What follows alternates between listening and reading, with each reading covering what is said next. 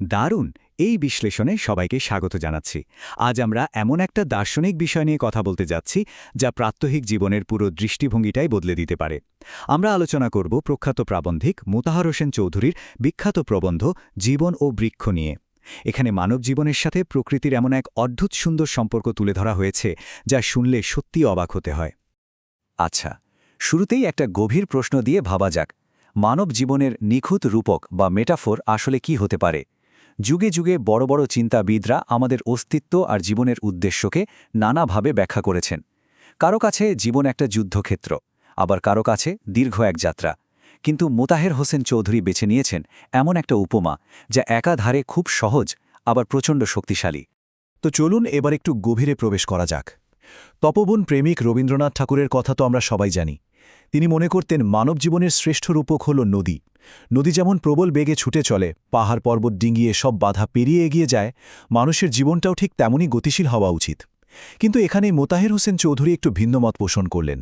তিনি বললেন, নদীর এই অবিরাম ধেয়ে চলাটা মানুষের আদর্শ হতে পারে না, বরং মানুষের আদর্শ হওয়া উচিত একটা বৃক্ষ, মানে গাছ, যার বেড়ে ওঠা একেবারে নীরব, যে শেকড় গেড়ে ধীরস্থিরভাবে বড় হয় আর দিন শেষে নিঃস্বার্থভাবে চারপাশে সবাইকে দান করে। ১. বুদ্ধির মুক্তি আন্দোলন এবং লেখকের পটভূমি। এখন প্রশ্ন হল, এই গভীর চিন্তাধারার উৎসটা আসলে কোথায়? এটা বুঝতে হলে আমাদের একটু পেছনের দিকে, মানে ইতিহাসে ফিরে যেতে হবে। বুঝতে হবে লেখকের বেড়ে ওঠার প্রেক্ষাপট। তিনি কেন জোর জুলুমের বদলে গভীর চিন্তন আর মানবতাবাদকে এত বেশি গুরুত্ব দিলেন। ইতিহাসের পাতা ঘাটলে দেখা যায় ১৯০৩ সালে নোয়াখালীর কাঞ্চনপুরে জন্মগ্রহণ করেন মোতাহের হোসেন চৌধুরী। তবে তার জীবনের সবচেয়ে উল্লেখযোগ্য অধ্যায়টা শুরু হয় ১৯২৬ সালের দিকে। তখন ঢাকা ইউনিভার্সিটিতে বুদ্ধির মুক্তি আন্দোলন শুরু হয়েছে।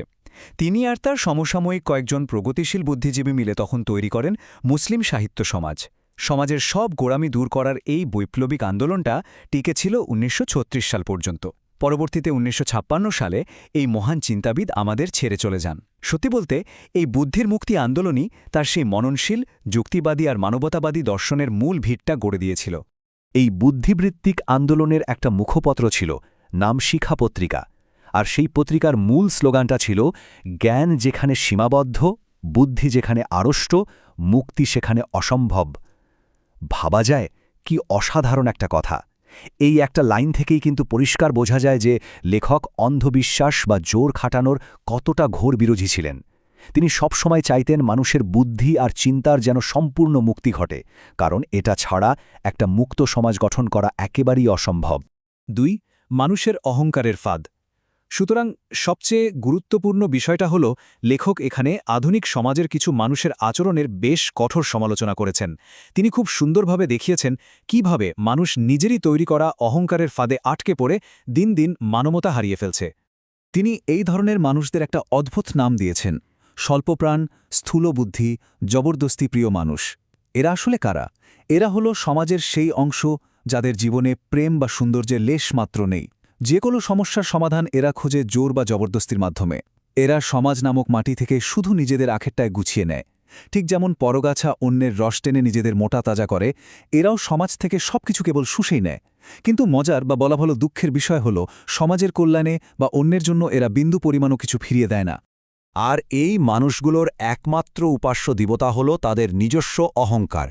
এরা সারাটা জীবন ব্যক্তিগত অহংকার, পারিবারিক দম্ভ কিংবা জাতিগত আর ধর্মীয় শ্রেষ্ঠত্বের নিশান ওড়াতেই ব্যস্ত থাকে।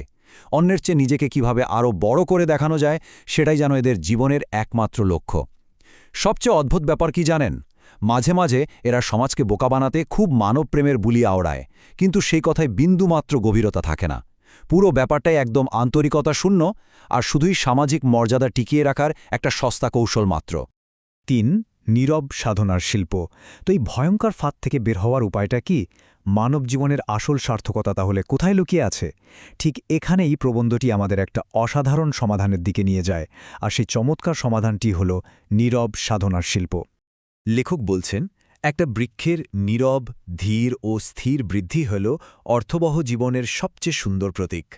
ভেবে দেখুন তো, একটা গাছ কি কখনো হইচই করে বড় হয়? একদমই না। সে মাটি থেকে একেবারে নীরবে রস টেনে নেয়, রোদ বৃষ্টির সব মুখ বুঝে সহ্য করে, অত্যন্ত ধৈর্য আর ধীরস্থিরভাবে নিজেকে বিকশিত করে।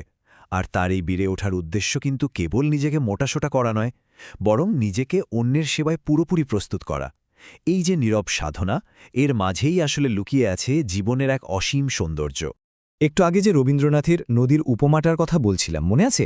আচ্ছা, একটা নদীর চূড়ান্ত পরিণতির কথা একটু চিন্তা করা যাক। সে প্রবল বেগে ছুটে গিয়ে সোজা সমুদ্রে পতিত হয়, একেবারে বিলীন হয়ে যায়। এটা এক ধরনের আত্মবিসর্জন ঠিকই, কিন্তু এর কোনো দৃশ্যমান প্রাপ্তি আমরা প্রতিদিন দেখতে পাই না। নদী তার নিজস্ব সত্তাকেই হারিয়ে ফেলে। অন্যদিকে একটা বৃক্ষের পরিণতিটা কি? সে ফুল ফোটায়, ফল ধরায়। তারই প্রাপ্তি বা সার্থকতা সবার চোখের সামনে উজ্জ্বল হয়ে থাকে, যা অন্যের সেবায় সরাসরি কাজে লাগে। লেখক এখানে একটা দারুণ প্রশ্ন তুলেছেন।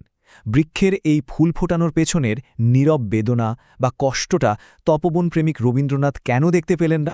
আর এই বিষয়টা খুব চমৎকারভাবে তুলে ধরে যে একটা বৃক্ষের ক্ষেত্রে তার প্রাপ্তি আর দান দুটোই সম্পূর্ণ এক বিষয়। গাছ যা অর্জন করে, যে ফুল বা ফল সে ফলায়, তা কি সে নিজের কাছে জমিয়ে রাখে?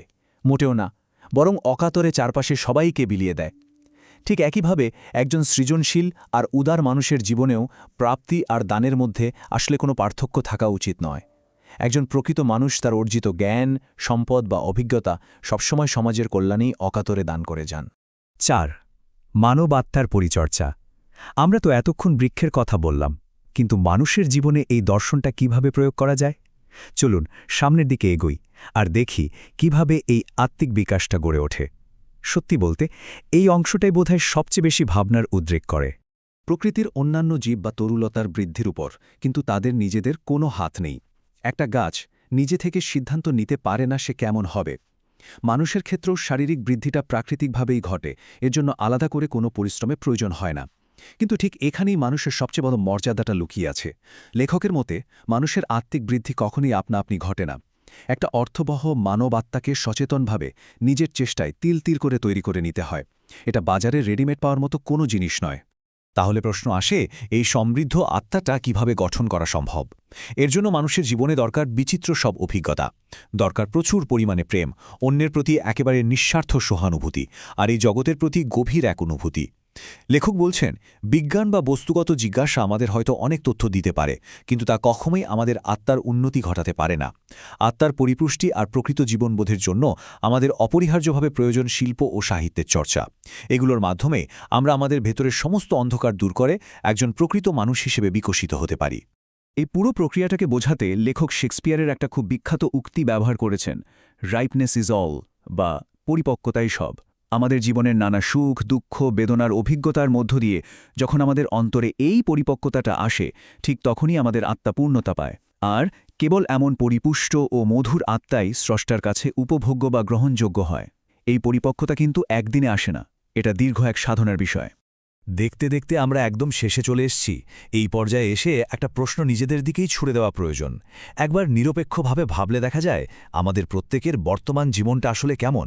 আমরা কি সেই জবরদস্তিপ্রিয়, কেবল নিজের অহংকার নিয়ে ব্যস্ত থাকা স্বল্পপ্রাণ মানুষের মতো একটা জীবন কাটাচ্ছি, নাকি আমাদের জীবনটা সেই ধীরস্থির, পরোপকারী আর নিঃস্বার্থভাবে দান করা বৃক্ষের মতো হয়ে উঠছে? এই উত্তরের মাঝেই কিন্তু লুকিয়ে আছে আমাদের জীবনের প্রকৃত সার্থকতা। আজকের মতো আমাদের এই বিশ্লেষণ এখানেই শেষ করছি। আশা করি এটি জীবন আর জগৎ নিয়ে নতুন দৃষ্টিভঙ্গিতে ভাবতে অনেকটাই সাহায্য করবে।